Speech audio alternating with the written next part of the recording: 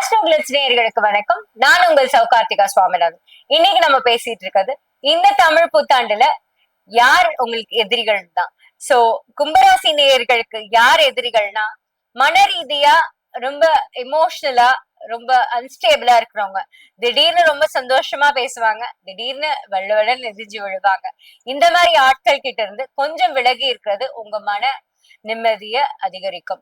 ஏன்னா இந்த காலகட்டத்துல கொஞ்சம் ஸ்ட்ரெஸ்ஸும் டிப்ரெஷனும் அதிகரிக்கக்கூடிய காலகட்டமா இருக்கிறதுனால இந்த மாதிரி எமோஷனலி அன்ஸ்டேபிளான பீப்புள் கிட்ட இருந்து கொஞ்சம் விலகி இருக்கிறது உங்களுக்கு மிகவும் நன்மையான நேரமாக இது இருக்கும்.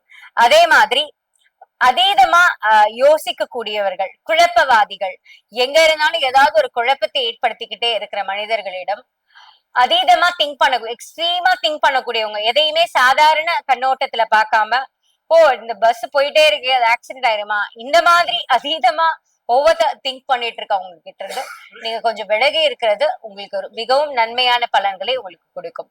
சோ கும்பராசி நேயர்கள் வந்து யாரை வந்து தவிர்க்கணும் இந்த வருடம்னா, எமோஷனலா அன்ஸ்டேபிளா இருக்கிறவங்க, மன மன ரீதியா வந்து திடீர்னு கோவப்படுறதும் இல்ல திடீர்னு சந்தோஷமா பேசுறதும் இந்த மாதிரி உள்ள மனிதர்களை தவிர்த்துக்கிட்டீங்கன்னா உங்க எமோஷனல் இம்பேலன்ஸ் வந்து சரியாயி உங்க மனநிலை வந்து கொஞ்சம் சாந்தமா இருக்கிறதுக்கான வழிகள் இருக்கும்.